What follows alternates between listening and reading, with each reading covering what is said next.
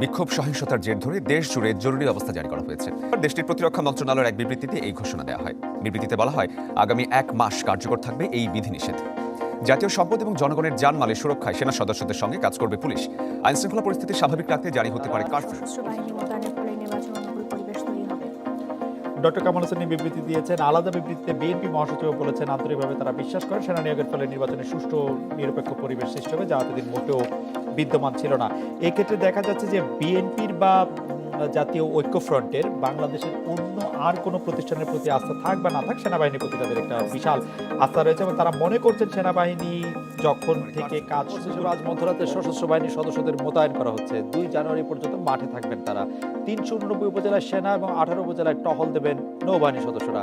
প্রতি জেলায় 1 ব্যাটালিয়ন করে 30,000-এর বেশি সশস্ত্র বাহিনীর সদস্য নির্বাচনী দায়িত্বে থাকবেন। স্বরাষ্ট্র মন্ত্রণালয়ের জননিরাপত্তা বিভাগের পরিপত্রে বলা হয়েছে, টহল ও অন্য অভিযানিক কার্যক্রম পরিচালনা করবে সশস্ত্র বাহিনী।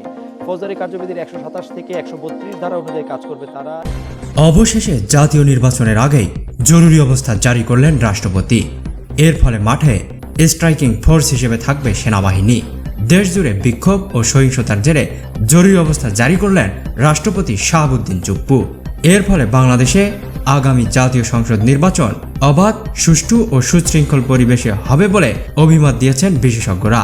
তো দর্শক, আপনারাও কি চান দেশে আগামী সংসদ নির্বাচনের আগেই জরুরি অবস্থা জারি করে সেনাবাহিনী মাঠে স্ট্রাইকিং ফোর্স হিসেবে থাকুক? জানিয়ে দিন আপনার মতামত। ধন্যবাদ।